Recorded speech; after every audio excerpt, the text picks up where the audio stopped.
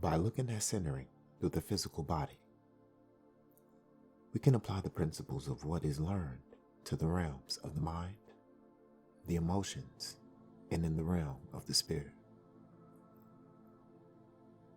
Here's a quick introduction to the process of centering the physical body, its signals and practices. Lean your torso to the right a few inches and stay there a moment. Then repeat, leaning to the left. Now rock back and forth slowly and gently between the two directions. Gradually let your body come to rest in the center. Repeat the practice several times. Each time, use smaller and smaller increments. Notice the difference in feeling when you are off and when you are centered. As we locate in 3 dimensions, we find a point of center in our physical bodies.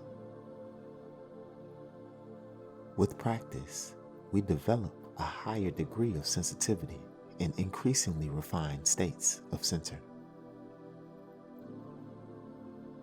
We notice when we are off center sooner and we return faster. We refine the exercise from sensing inches to fractions of an inch. The time required to center diminishes.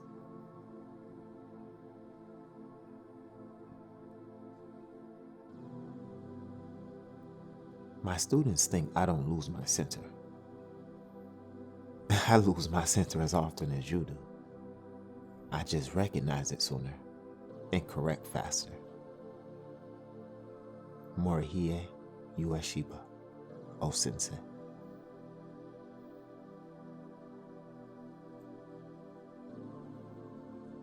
Step 1 is connecting awareness with experience. Presence means feeling where you are, not holding on to where you were.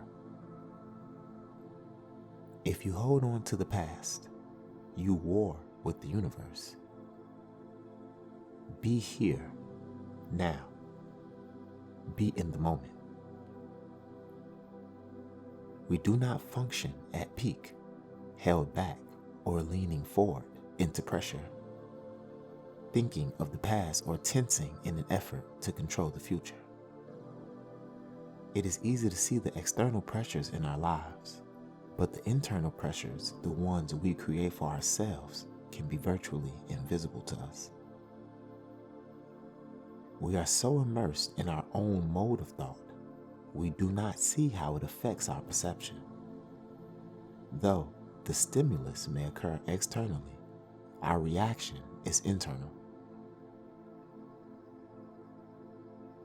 In the early stages of training, unifying mind, body, and spirit may take a moment. Initially, it takes time to feel where you are and align attention and awareness. Any correction often happens after the action. As we develop through practice, the time needed becomes a few seconds, then a fraction of a second. With practice, centering can happen almost instantaneously. Eventually, correction occurs during the movement. You feel you are off, and you align. It is not the correcting that is hard. It is paying attention. Seeking a better state is natural and effortless. It is ongoing presence, attending to experience, feeling where we are at each moment that requires training. The ability to center in the face of pressure is power. It is an ability. When we are off balance, we can be pushed around easily. This is as true emotionally as physically. When anyone is off center, they are more vulnerable to outside influence. How often, after being pressured into a decision, have you wished you had acted more slowly? How often have you reacted in a situation only to wish you could make the choice over? Salespeople are taught to take advantage of ambivalence in a prospective buyer's thinking. They learn to press for the sale when the customer is vulnerable, teaching us to center in relationship to the energy rush. Bob admonishes us, don't sign a contract in the middle of a rush. My yoga teacher said the same thing, slightly differently. He used to say, don't do anything under pressure. Centered, what I describe as standing in our power. People or situations do not intimidate us the same way they do when we are not based in our power. There's more power in the universe than most of us are in touch with. There are unknown forces at play in our lives. Presence allows us to engage creatively with all forces at play in any moment. The outcomes in the world are an after effect.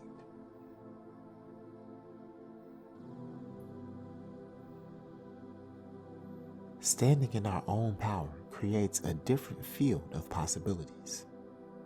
Awareness of center enables us to function without throwing ourselves away. In a state where my ki is flowing, my relationships with everything will echo that quality.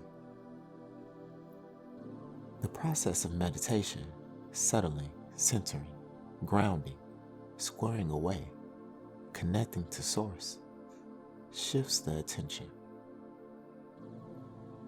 Interaction means our participation affects the development of the situation.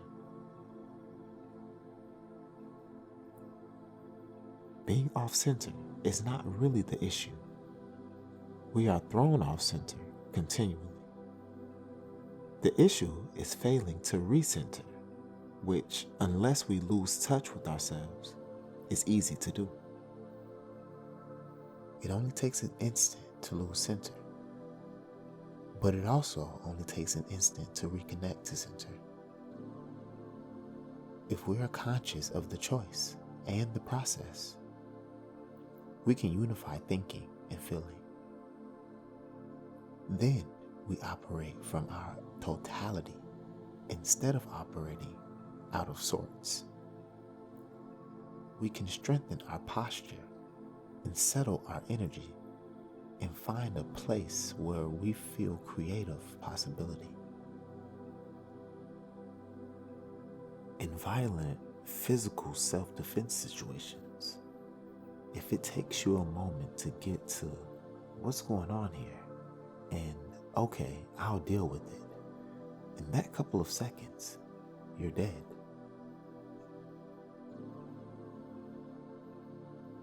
Though we handle the unexpected better on some days than others, training speeds up the process of coming into harmony with what is happening. It takes time to adjust to change. Sometimes in life, things happen so fast that we do not have that opportunity. More often than not, we can take a second, line up to a better state of awareness, and get into a better working state and function more effectively. Through practice, the shift into presence goes from taking a moment to an instant. Presence develops by feeling where you are, continuing to focus attention on sensing energy and attending to experience. Feeling where you are means continually entering the moment. Awareness and sensing increase, and with them, perception. Acuity is sharper. The edges, the defined limits of our identities open, and our boundaries become more permeable. Connection increases to what once was the outside world. Perception deepens. Life becomes simpler and less confusing.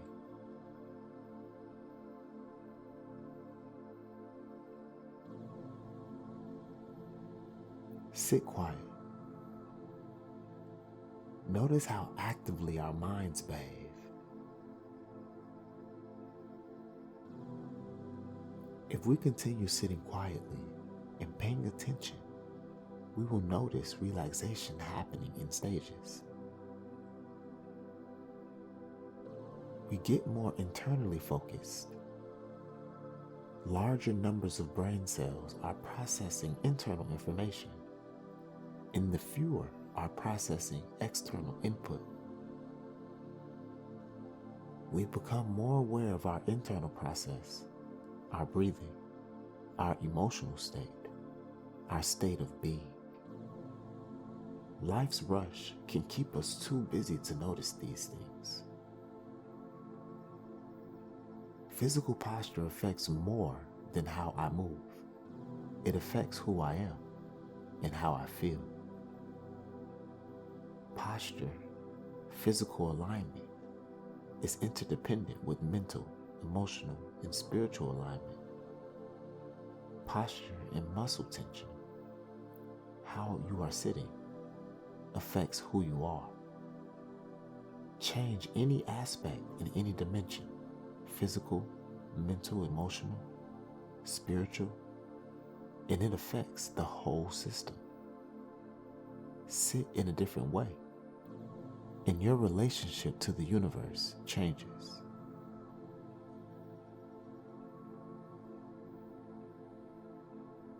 Centering is like breathing. Once in the morning is not enough.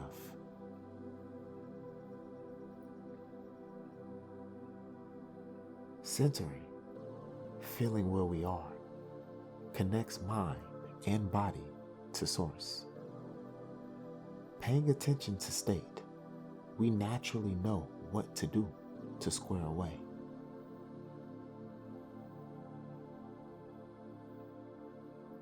Instead of forces struggling within a system, identity shifts toward a unified field of consciousness. The world looks different because we are different. The decisions we make are different. From a centered state in the realm of the spirit, not only am I more effective, I make choices more aligned to my bestowed mission. What you do in the world expresses the essence of who you are through your action. The hand represents action in the world, metaphorically. Center initiates power. The hands express it. Physically, the further you can draw a partner's hand away from their center, the more susceptible they are to your influence, and vice versa. In the mental realm, when someone's attention is distracted, mental power is diminished, making them more susceptible to someone else's influence. Through physically noticing when hand and center disconnect and intentionally realigning them, we train to unify our being. When we translate this principle to the realm of the spirit, center represents being in integrity with our essence, with who we are and what we value. The action emanates from the guidance of spirit. We can get pretty far from ourselves. People live their whole lives in unfulfilling jobs and relationships. The alignment of our actions with the essence of who we are. Connecting intention and action as a unified system is a developed skill. You get better at it by doing it. If you lose the central core of who you are and what drives you, life becomes extrinsic, forced, or boring. As you line up with who you are, your natural power unfolds. Not only are the effects greater, but the sense of effort gives way to excitement and enjoyment. When the forces of life align, a unified field produces the accomplishment of our bestowed mission. It is a happening, not a doing. Knowing you can make that shift and choosing to make that shift are a practitioner's main accountabilities. Harmonizing is the practice. The ability to shift your state of mind allows you to go from being locked in to a presence, noticing the tension, to harmonious relationship, dissolving the tension into free energy, to creativity, something new emerging. But if you do not allow space for it, it can't happen. Practice the principle of centering, and life becomes your dojo. Once you're willing to enter the unknown, infinite creative possibilities appear. Life is your experiment. You make it up.